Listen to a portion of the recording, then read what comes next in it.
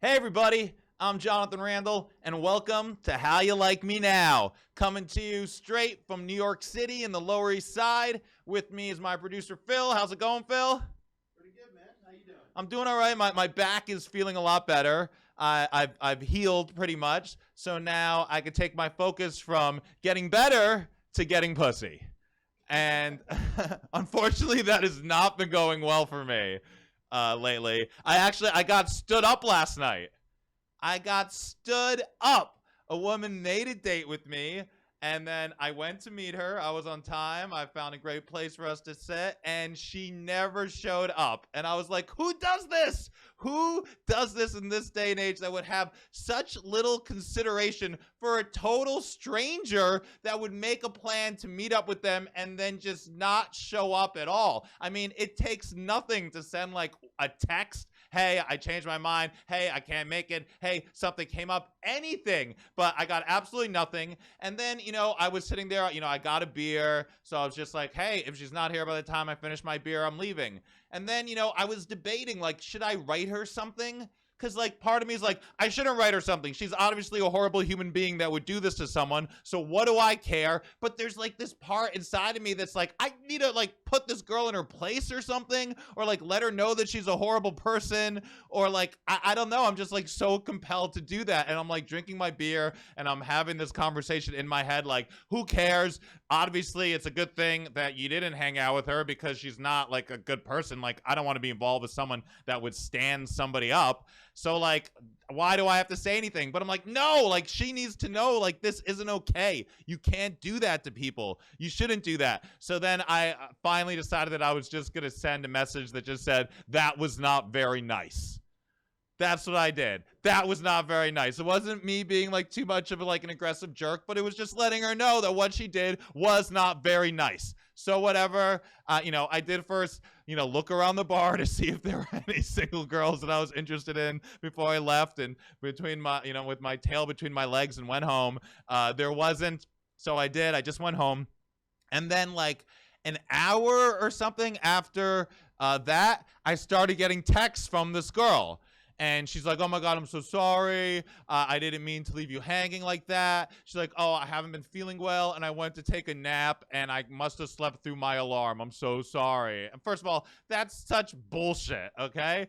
And then she's like, hey, listen, my hair is a mess, but if you're still out and about, I'll come meet you right now. And I'm just like thinking to myself, why would I want to go and meet up with somebody who didn't show up when we were supposed to meet? Like, why would I want to do that? And I'm like, oh, I'm not even going to write this girl back. Who cares? And then she calls me. She calls me, which I had to appreciate a little bit. And she's like, oh, I'm so sorry. She gives me her little sob story about how she wasn't feeling well and she fell asleep and blah, blah, blah. She didn't wake up. I mean, what kind of alarm do you have if you didn't wake up from it? Is that what happens to you when you have to go to work in the morning? You don't wake up and you're just like, hey, sorry, boss. Set my alarm, but I didn't wake up. And she's like, oh, well, maybe we could go out some other time. And I'm like, maybe not.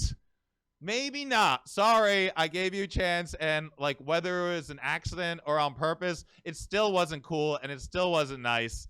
And so don't be standing people up. It doesn't take anything to send a stupid text that says, hey, can't make it, not interested, changed my mind, whatever. So anyways, that was a little upsetting. Doesn't feel good to get stood up. I feel like I'm having horrible luck with women.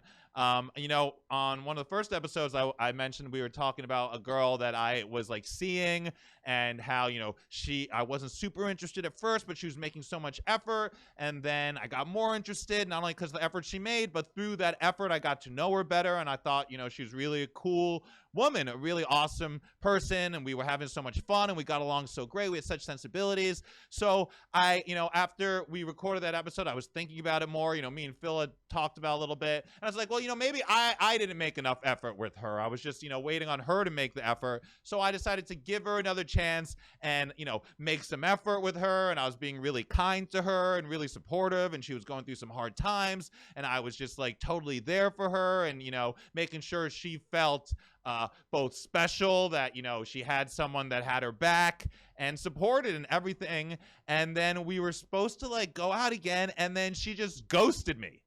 And like, this is a girl that I dated for like over 6 months, and she just ghosted me. Like, that's like horrible. I guess I really have bad taste of women because like I don't know why I'm getting all involved with these girls who like do shitty things. And of course, I stop and ask myself, well, what am I doing? Like, what am I putting out there in the universe that this girl's standing me up, that this girl's ghosting me? But nothing. I'm just being nice. Like I really am. I'm trying to be open to the possibility of meeting somebody. I feel like I'm more interested than ever in actually meeting somebody. I don't know if it's because it's like getting cold and now it's cuffing season, or if it's around the holidays, or if it's just like I'm getting older and I don't want to be alone, but I'm trying, I'm putting myself out there. But these girls aren't nice. They're not, and I feel like the nicer I am to the girls, the meaner they become. I think ghosting is bad no matter what, but don't be ghosting somebody 6 months, half a year, and you ghost nothing. Like, it's crazy.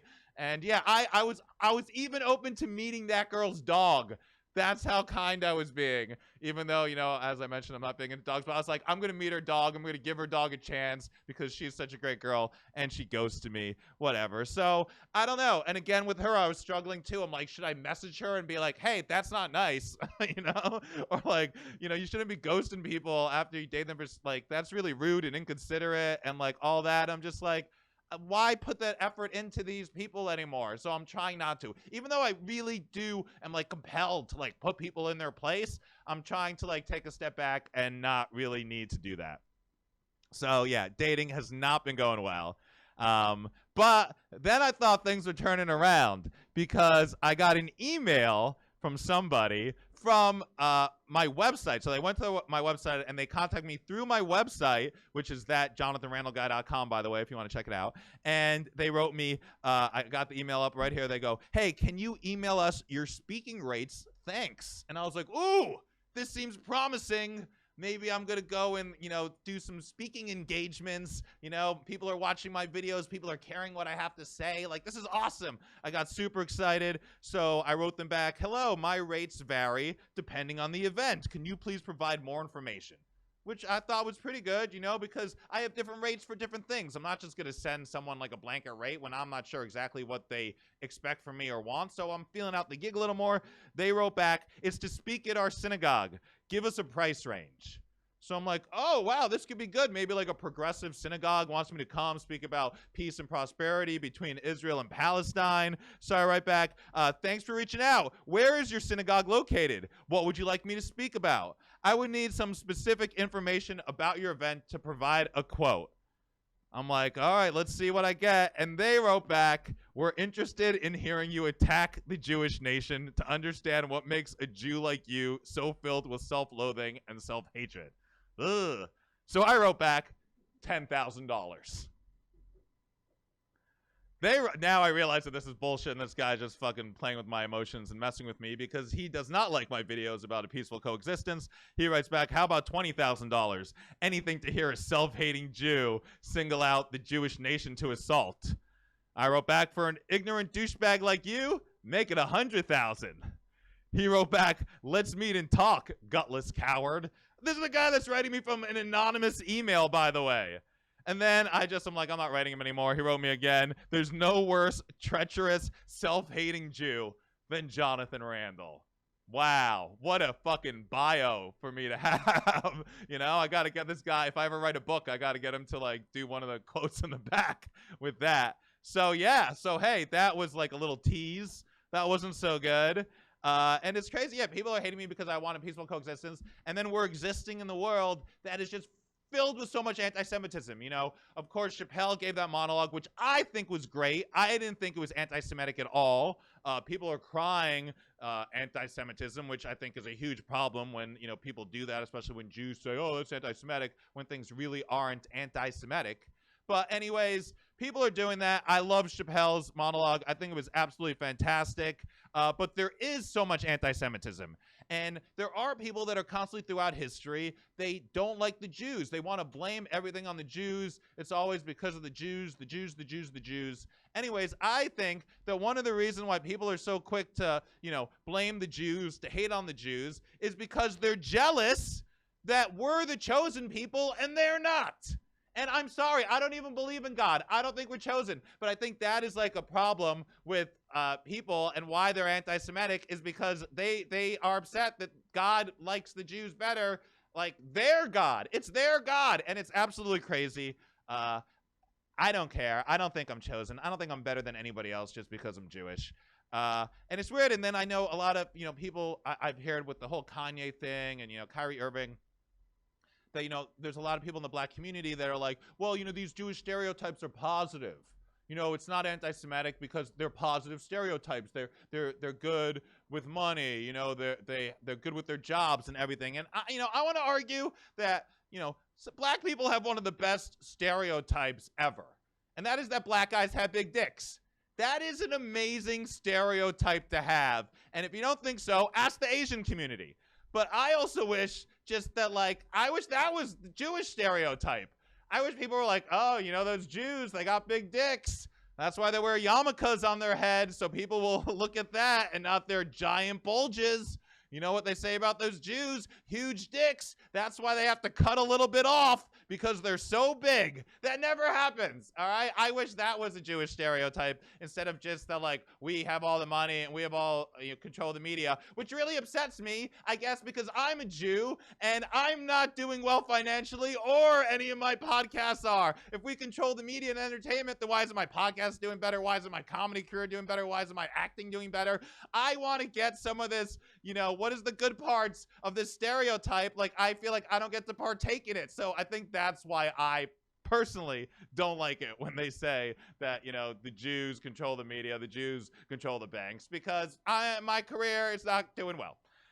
Anyways, another thing that's bothering me these days, and that's bothered me for a while actually, is people who have their volume up when they're doing things in public places. Nobody wants to listen to you play a game or watch a video or music. They invented headphones for a reason. Just fucking use them. Don't be on the subway playing your game and everybody around you has to hear bing, doom, shoom, shim. Nobody fucking wants to listen to that. We have to go to work or something, which we already don't want to do. And the commute is even worse because we have to listen to your dumb game. It's called consideration for others. And a lot of people don't have that, but it is important, and we need to have that more. So, hey, get headphones or turn your fucking volume off.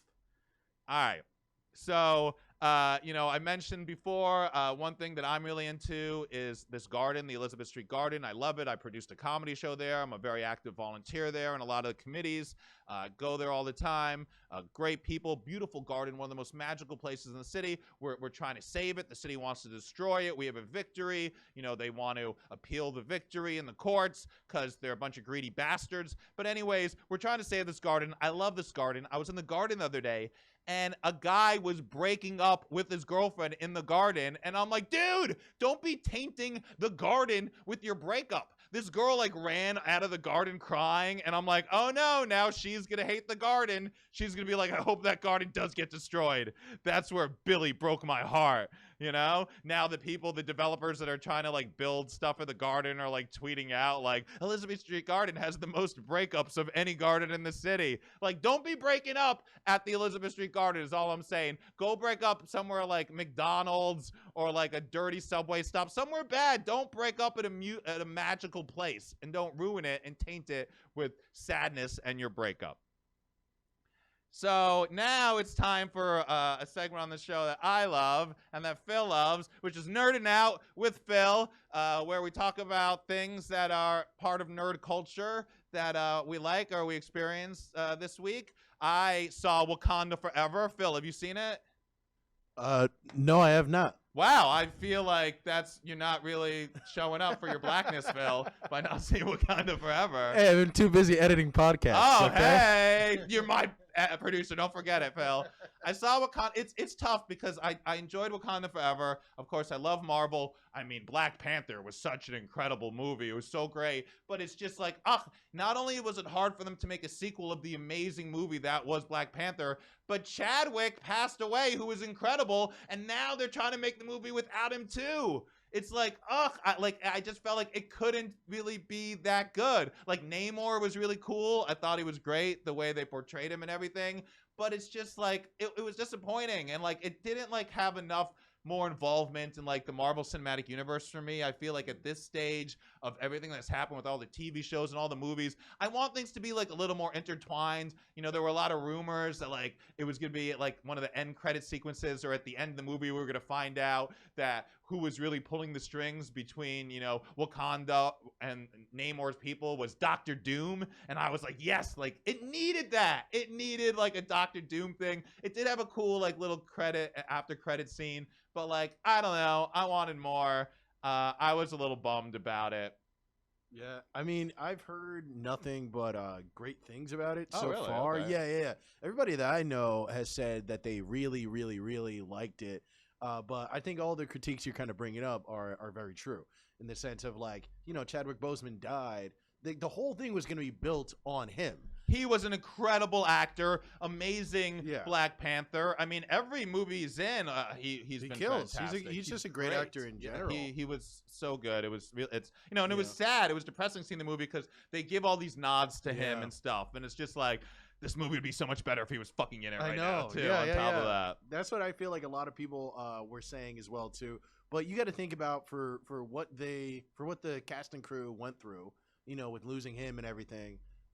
For them to get still such like good reviews and stuff, I think that's a big win for them. I still haven't seen it yet though. I need to actually watch I guess that shit. you need to see it. You know, Yeah. if you want, if I you heard love Namor Marvel, is fucking dope. he's though. dope. I heard It's he's cool. I awesome. love the wings on the feet that he Yeah, has. yeah. I love those. I once wanted to get tattoos of them. Really. I thought that would have been cool, but That's awesome. thankfully I didn't because I have no tattoos and I'm very proud about them. There you Not go. having them, I'm proud about. But yeah, all right. I saw Wakanda Forever. Anyways, I went and yeah, you know, I like Marvel. Curious. I think the next big comic book movie is another Shazam sequel that's coming out. And I think also too they're gonna make a Namor like show they're Oh, talking really? about. Yeah, on Disney Plus. Okay, So I I think would it see is that. gonna, you I'm know- really looking forward to Ant-Man and the Wasp: Quantumania. I feel like Yeah, that that does looks seem cool. really cool. That does seem really, really cool. So yeah, we'll have to check that out. You know, of course, we've been talking about Andor. You know, Yeah. the last episode wasn't my favorite. I guess I was so into the prison. Yeah. I was so into the prison, and I'm just like, now it's a little like disappointing because it had just such this excitement.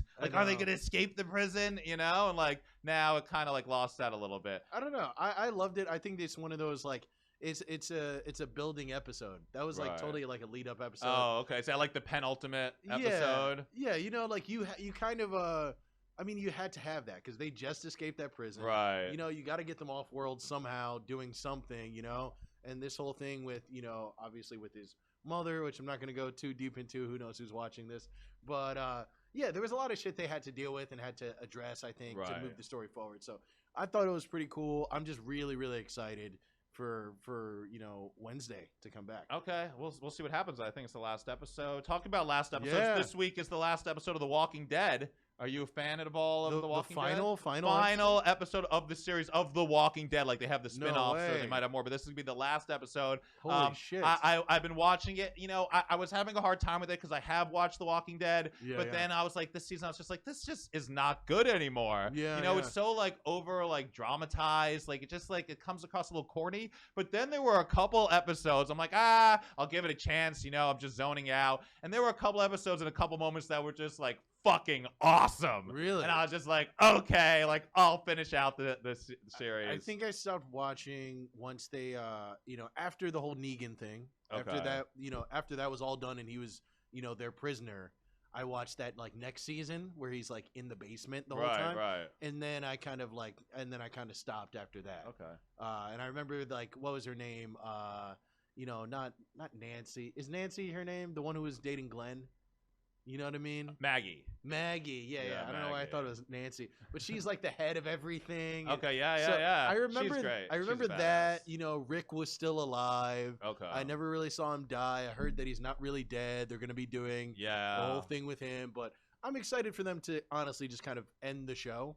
I think it's time to end. it's been I'm too curious long. to see the finale. I'm a little bit excited for it. They could have ended. yeah. I feel like maybe 5 seasons ago. Probably. Truthfully. And then still Yeah. done the movies and all. I think that would have been That's a better what they should have route. done. You tired out your audience a little bit, and it seemed like the writers got a little tired. And I just like zombies were like so popular, and then now people are just like, yo, like we've been there, done it's that, like we're seen over it. Let's move on. so let's figure some shit out.